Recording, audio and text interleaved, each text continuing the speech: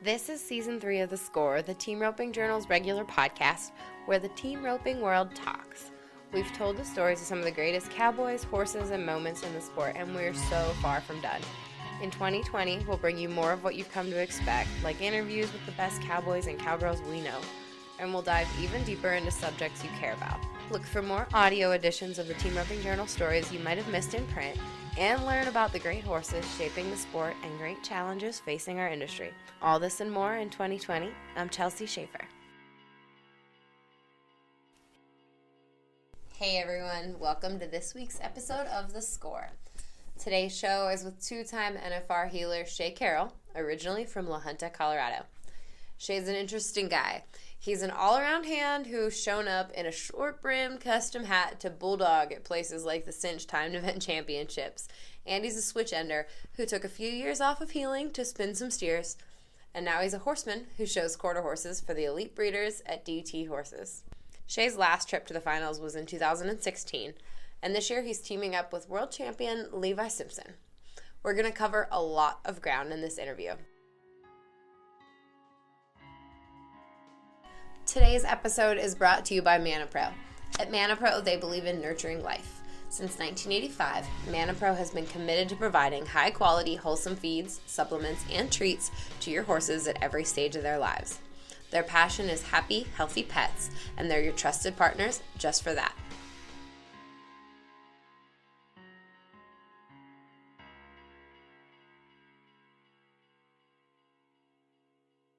All right, Shay. So to get started, thank you for meeting me here this morning. I'm not sure when we're going to air this podcast, but right now we're at the National Western in Denver.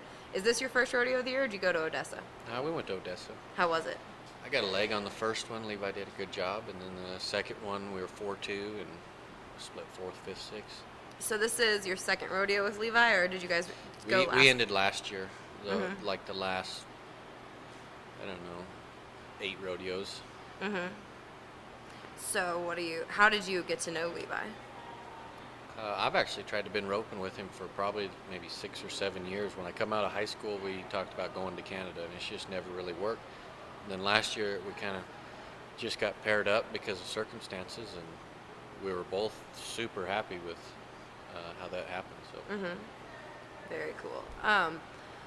So you've been, your career path has kind of wavered and had some ebbs and flows the last couple years.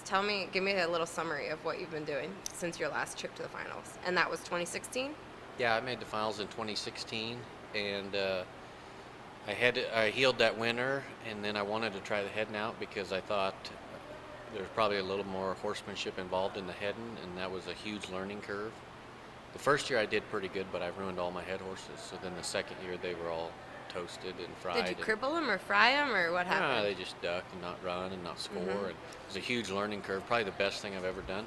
And then, too, I think is probably the most improvement I've ever had in my heeling was in those 2 years. So I'm super happy I did it. And I've got some young head horses. I'll probably go back at some point. Can you tell on yourself? Can you tell a little bit about what happened with your head horses while you were heading? Misconceptions. You Mm-hmm. start off with misconceptions of how it should probably work. Bad riding with your feet. Mm-hmm. Bad hands. Too much with your feet? Too little with No, your feet? What was going on? It's real different. Mm-hmm. The buttons are different, and the way they need to operate is different. The move that they have to make, I had a misconception of how that move probably needed to work. Mm-hmm. And I got a lot of help from speed, and like I said, I'm super glad I did it. I think that's probably the most improvement I've had in my horsemanship as a whole, heading or heeling, was those 2 years. So. What was your misconception with the move? The head horses? Yeah. Well, you get some that bend too much, so then I went the other way, and I didn't want them to bend at all. I kind of wanted them to, stay pretty straight, and then you can't handle the steers, and then after a little bit, they start heading out before you throw, and I ruined quite a bit of them. Yeah. Man, I'm glad you brought it up because I didn't. I'm impressed that you admit that. It's just I just kind of view all of it as like a craft. You're just working at your craft, and every day you're kind of trying to get better at it. Whether it's heading, heeling, riding a 2-year-old, and you kind of have to admit what you're doing wrong and where your holes are to improve. You got to be realistic. You got to be confident, but you also have to be realistic in where your holes are at. When you were in the middle of it, when you were in the middle of the heading process and going through all that, how were you mentally? Were you calm and it was like a craft, or were you fighting it? Were you? Oh, I loved heading. It was so much easier for me mentally because you got to think you really get kind of the same roll every time. There's variations, but not anywhere close to the same variations that happen in the heeling. Heeling's very much a reaction sport. Heading, if you mess up, you go to the next rodeo, you're probably going to get the same. The start will be different, but it's going to be straight down the middle. Steer's head's probably going to be up. And for me, that was a lot easier on my mental side of it than having to, because I'm pretty black and white, and one thing I always messed up heeling was not reacting to it. I try to plan too much. Sure. Heading, you can plan a little bit more, and I loved it. I mean, I really, really loved it. But what I also noticed about the heading is I had probably 6 or 7 head horses, and I really only won on 2 of them. The others were good, but there's only certain horses I could win on, and I think that's everybody.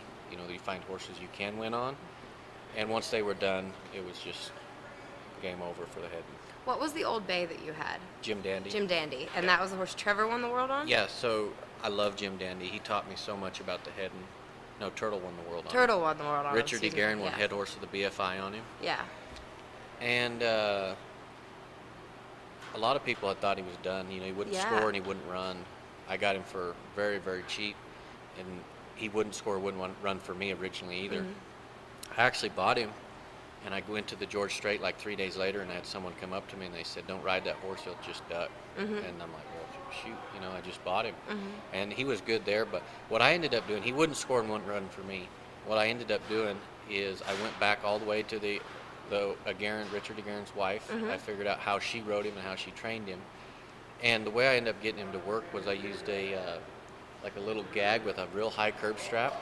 And they used to ride a perfect bit on him. I rode that on him a lot.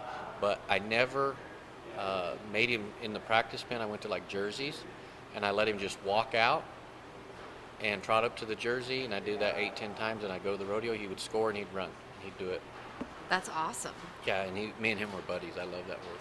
Do you still have him, or did he? I pretty much give him to my cousins over in Yuma. He's 22, and Nice. it's one of them things you need to ride a great one to really understand what a great one is. So even though he was 22 and old, he still had things that he could teach them. Yeah, that sure. he could teach them. Yeah. Very cool. So, transitioning back to heeling, what did you learn in that time heading that's helping you now? Well, one of the things I noticed a lot was when I heeled, I was around a lot of good headers. I was around very few good heelers, because, you know, if I go heel for Charlie, there's not 2 heelers there. It's me and Charlie. If I go heel for Speed, it's me and Speed. That kind of stuff. But when I went to head and I started practicing with Travis Graves, I'd head for him. I'd head for Corey Kuntz. Nano Garza, extremely, extremely good. And you kind of get to see the different variations of how people are doing the same thing. So I picked up a lot of different things of when those guys are accelerating through the turn, when they're holding in the turn, some of their unique deals in their swing. Nano's probably got one of the most simple and effective swings in the whole PRCA, and I learned a lot from him. Why do you say that about Nano's swing? What about It's just perfect. It's all the time. You know, he can be in a bad spot, but his swing is so perfect. He gets it into small windows, and he rarely slips legs. If the steers whip hard, he's always in a good spot, and his swing lets him just come right out of it and put it down. And I took a lot from him. You did? Yeah, absolutely. Where did you come across Nano? Where did you guys rope together? Well, I was in Arizona, and he was talking about wanting to go rodeo. When I went to head, and I couldn't find anybody that wanted to go, and we talked about it, and it was a good deal because Nano was not a rookie heeler. He was a rookie to the PRCA, but he was a very veteran heeler. Vice versa, I was not a rookie to the PRCA. I knew how to enter, I knew how to get around, but I was a rookie header. So we complemented each other pretty well. That's cool. Absolutely. Now, as far as getting help in your horsemanship, who do you look to for help? really depends on what we're doing. Are we riding 2-year-olds, 3-year-olds, head horses, heel horses? You tell me what you like. I mean, I think Sean Grant, and probably as good as I've seen with the 3-year-olds. He's helped me tremendously this year. Head horses, definitely Speed or Larry D. And how are Speed and Larry D different? Do they No, agree on stuff, or? I think they agree more than they probably let on. Yeah, but they're both outstanding, and they both really know their craft. And I'm pretty lucky that I've gotten to take some of her stuff and some of his stuff and try to see where some middle ground's at. Yeah, absolutely. The heel horses, Sean helped me a bunch, and there's been so many people along the way that it's gotten so meddled now that I've rode with everybody and took bits and pieces of everybody, and there's people that do so many good things that you look at and you want to improve on and maybe try to take those parts and put them into what you're trying to mix. But I will tell you, just horsemanship in general. I started with older horses when I was young and started kind of working backwards, and now I'm down to, like, I've been putting the first rides on a couple of my 2-year-olds, and understanding how to get them to ride around has helped a lot, and just understanding how to ride the finished product more. If that makes sense. Yeah, absolutely. Yeah. Like, I wish I'd started doing that sooner. Yeah? Because there for a while, see, I got into the horsemanship because I wanted to be able to keep them doing the cool stuff. And then later, it was I wanted to be able to get them to put it in them. So I was getting them at 90 days or 120 days, and now I'm down to, putting the first rides on them. And what you'll find is the first 30 rides is probably the most important, first 60 rides. The first 60 steers, how you have them enter the corner, the first 60 steers, super important. Head horses, the first 60 steers you run and how you're having them move, it's very difficult to get the wrong thing out of them. But if you put it in them correctly, then it's the same thing. It's hard to get it out. They'll do it for forever. Now, I know you are, you work with Sean, or you have worked with Sean quite a bit over the years, or the last year probably. Sean is very into, and Dean is very into the Clinton Anderson method of colt starting. Is that how you're learning to ride 2-year-olds, or? I think there's same thing. There's probably a lot more agreement in that industry than they would like to admit. But what I've seen there is probably the best started 3-year-olds to rope on that I've personally ever seen. As far as probably gentle, soft, willing, and that program that they've got over there is going the right direction. As far as bridles that they're riding in snaffles the first 30 days. Is that?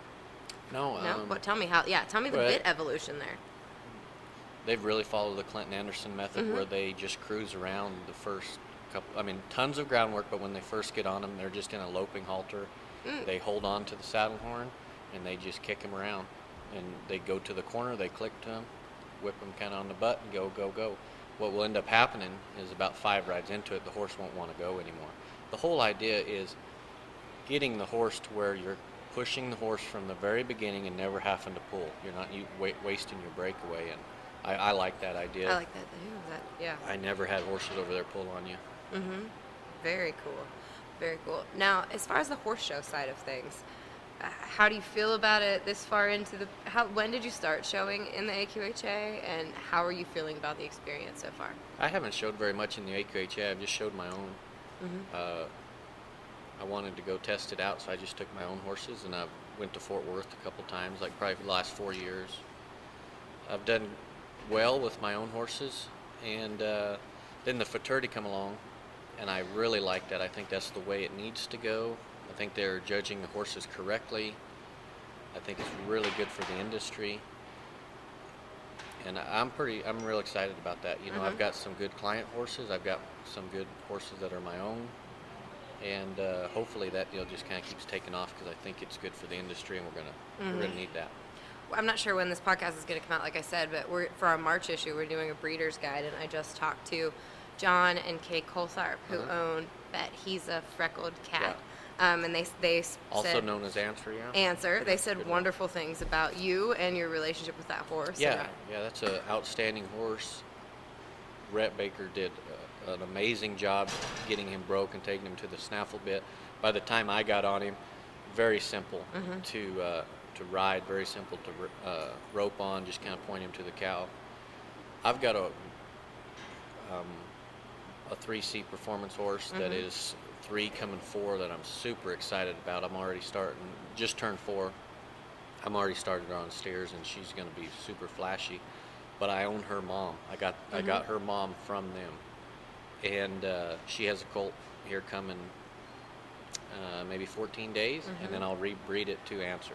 That's cool. So next year I'll have a colt out of Answer. That'll be my first one. I love that horse's story. We'll talk. No, he's neat. He's yeah, a neat horse. It's a neat horse, and they seem like really neat people. I think. They've been amazing, and they're amazing to everybody. They treat everybody like family, and probably could learn something from them. You come from a really close family.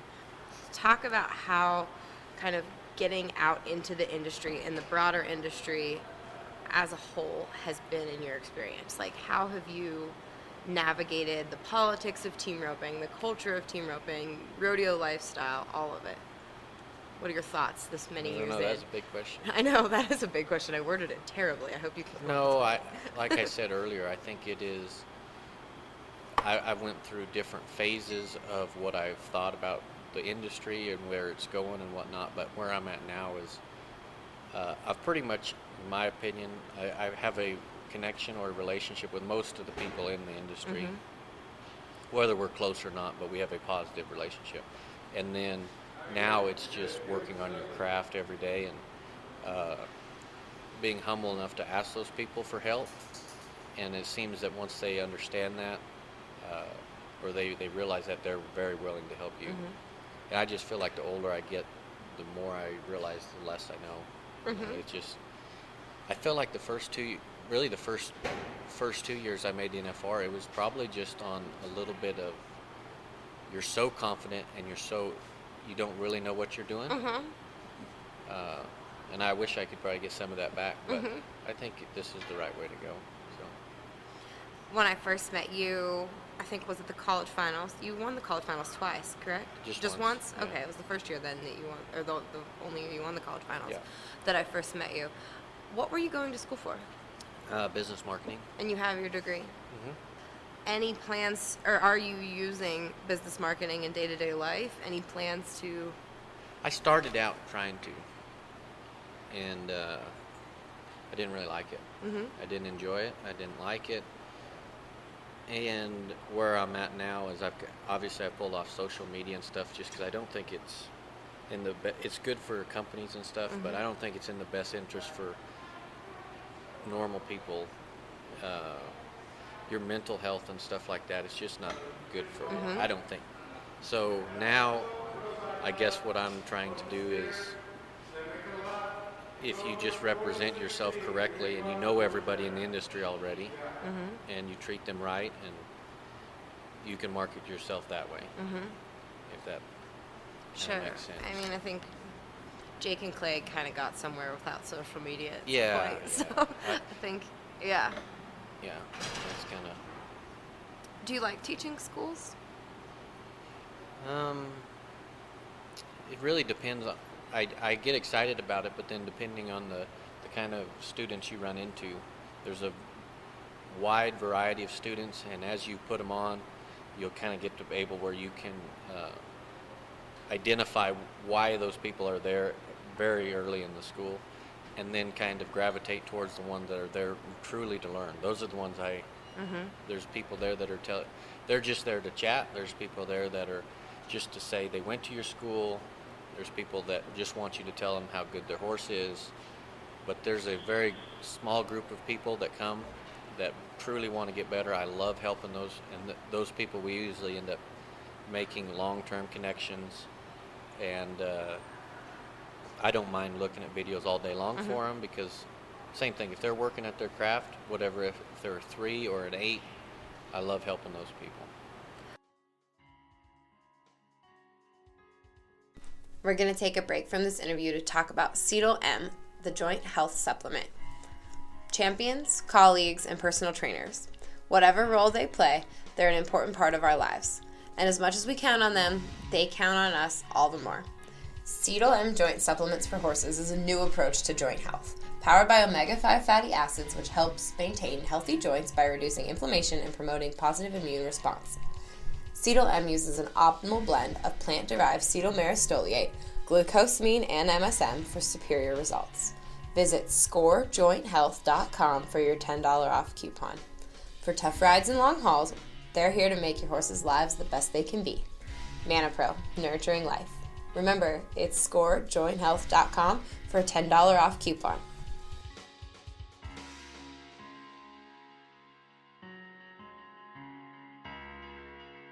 Tell me about your practice session. What does a day in the practice pen for Shay Carroll look like? Some people talk about perfecting practice and making sure it's a planned situation. Tell me about yours. Well, I guess because there's so many things as far as I've had lots of finished heel horses, that would be one practice. I've had lots of finished head horses, that's another practice. I've had very few finished horses and green horses, that's another practice. So what I would really say is every time I've tried to plan practices, at the end of the practice it's deviated from the plan. Yeah. So you got to have a broad plan of what you think needs to happen, but you also have to be in the practice flexible enough to change. And I think that's reading your horse for whatever he's needing at that moment, right? So maybe you think, today I need to push this horse and I'm going to rope for me. And you run 2 steers and that was not what he needed today. And it's been flexible enough to stop and say, hey, okay, I'm just going to tie him up. Now I'm going to rope the dummy on him later. I'm going to ride this horse. And that flexibility is what I think is needed to get the most out of your practice. You got to have a broad plan, but then at the same time, let the horse tell you what the practice is that day. Once they're good, you know, I've had good horses and I've lost good horses, so I know how important they are to have and keeping them maintained and not just running them into the ground. So once they're good, it's just keeping them ready and understanding that, hey, I'm ready too. A lot of young guys, and I know I got into it, they just keep running steers on their good horse because they need that reinforcement of I can do it, I can do it, I can do it. But then they lose their good horse, and you can't do it without the good horse. So it's keeping that one maintained and operating at a high level. And having good communication with your partner. Some of the best partners I've had were good communication. And them understanding what's going on, you understanding what they have going on. Definitely since I've headed, I feel like I'm a way better partner. So a couple things that I've tried to do now that I'm back on healing is you understand the problems that they're having. Not that you're over there helping them, because I don't really believe in that, but understanding it and maybe giving them support. And I don't know what the word, encouragement. Yeah. Even at our level, that's extremely important. And I think that's something I do better now than I've done before when I was before I headed, because I understand the difficulties that they're going through. Yeah. I've really seen a good feedback in a partnership from that. So your guy's horse rears out at the rodeo, and not that I was the guy that throws your rope or whatnot, but you get frustrated, right? Well, now what positive encouragement can do in that moment to the team can pay dividends down the road. You know, just saying, hey, if it happens, don't worry about it. If you need to score, I've got these properties available. Let them make their own choice or whatnot. And just tell them we'll get them next time. And having them know that you're on the team is real important to the team chemistry. Something I've been watching a lot of, I like paying attention to sports and the top guys, not specific teams, but top individuals, right? And how they lead. And that's kind of what's got me onto that, is all the great guys have a way of being a great team member. Some of that is taking responsibility when it is your fault. Some of it's taking responsibility when it's not your fault for the good of the team, you know. And all of the good leaders in any sport seem to be able to do that. And I imagine Levi I probably know less than most of the guys, just because he's not out there. He's not around just as much as everybody else. But I will always remember Levi the year he won the world at the NFR. I so admired how he carried himself, his how humble he was. Talk about how you think your partnership with Levi is going to fit as far as your personalities. We're real similar in a good way. Mm-hmm. Pretty laid back, both of us. And you always start and it fits good to begin with or whatnot. But I've got high hopes for this team. I think this is the guy that can get me there. And if I can help get him back to the finals, I think it gives us both a good chance to be successful in that barn. I mean, it's pretty hard to stop Levi. One thing I've noticed is he's roped in the small buildings in Canada for so long. When you have to go fast, his first swing is so smooth, he can just come right out of it and stick it on him. So this year, I've talked to I haven't made the NFR in 3 years, so I've lost most of my sponsors besides the people that are my family and my close family, even my close family in the industry, Classic Ropes, Classic Equine. Those guys are the best. But I've talked to my other sponsors, and this year, I think this is a great chance for me to get back, and we're going to put everything in that basket to get us back. What horses are in the trailer? Well, that's what we're talking about. I've got one that I like. I really would like something to go with him, to pair with him. Last year, Buckaloo did a great job heading. My horses were probably a little bit green. We went from 60 to 19 just very rapidly, and then heel horses fell apart. I leased my old roan back, and then we struggled as a team after that. But this year, moving forward, trying to put horses in the trailer, trying to get something now before Reno that we don't have that same problem. Levi's horse is at his prime right now, and that's why. Does he ride that that blaze face horse still? Yeah, and he's sound, and he's in his prime, and that's awesome. Why I've talked to the people that I have behind me and told them what I've thought, and I'm going to get something else to go with that horse that just gives us the best chance to get back. The rodeo industry, it seems like it's very hard to make ends meet until you get to Vegas, and then things become a lot simpler when you leave Vegas with a lot of money. The next year just falls into place, and that's that's the game, and that's fine, right? That's the game we've decided to play, and the guy just needs to play it correctly. And the horse I remember you most with is Sports Center. Is Sports Center still around? Yeah, Sports Center is a calf horse now. He's a calf horse now? Yeah. Okay. Yeah. And he was an outstanding calf horse when I bought him, but he was toasted in the box. Now he scores amazing, and he's outstanding. He would work at any level in the calf roping. They're heeling on him too, but Who has him? His name's Matt Glover. He's a high school kid, outstanding family, great place for the horse to be. The kid ropes calves extremely well. That's his passion. That's what he wants to do.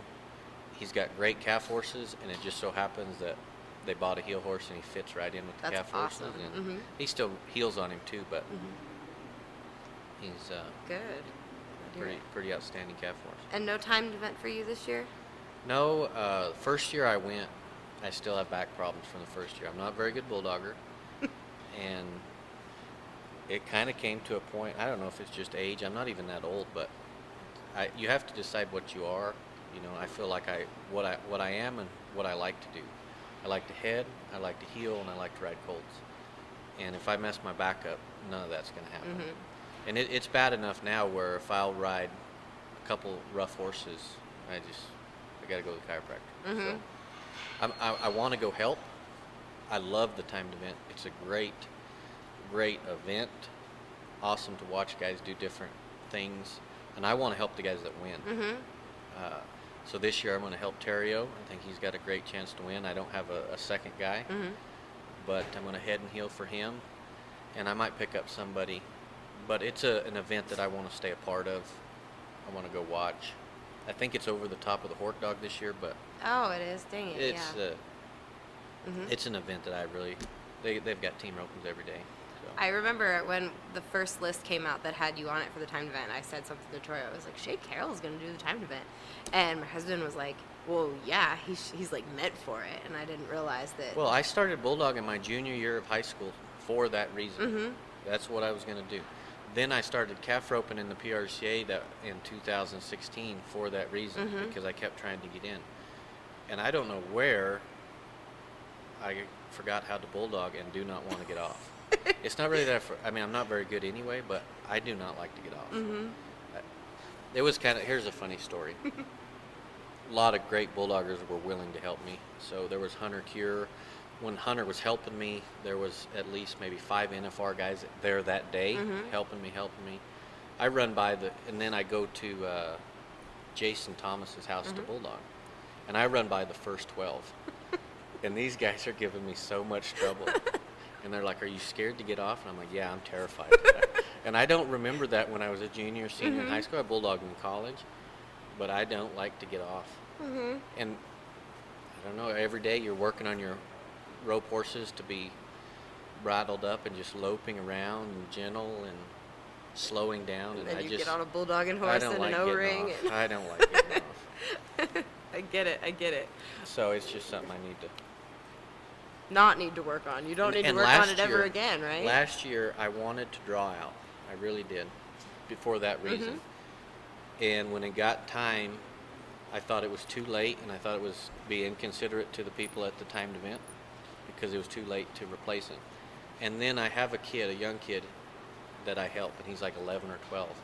I help him once a week with his heeling, and his dad texts me saying that they got their tickets and they're coming to watch. And I couldn't make myself back out. So I went over there, and I told myself I wasn't going to re-jump. And I think I got 3 times in the bulldog. And if you would give me 3 10s and 2 no times, I'd probably enter. Like, I'll just start with 3 10s and 2 no times and see how it goes, because I think I could finish in the top 3 doing that. I think so. But very good. Well, thank you so much, Shay. Yeah. Thanks again to our sponsors at ManaPro. ManaPro is a recognized leader in the care and nurturing of pets with roots back to 1842 and long-established brands in companion pet, equine, backyard chicken, and small animal categories. ManaPro's product is Cetal M, and you can check that out at scorejointhealth.com.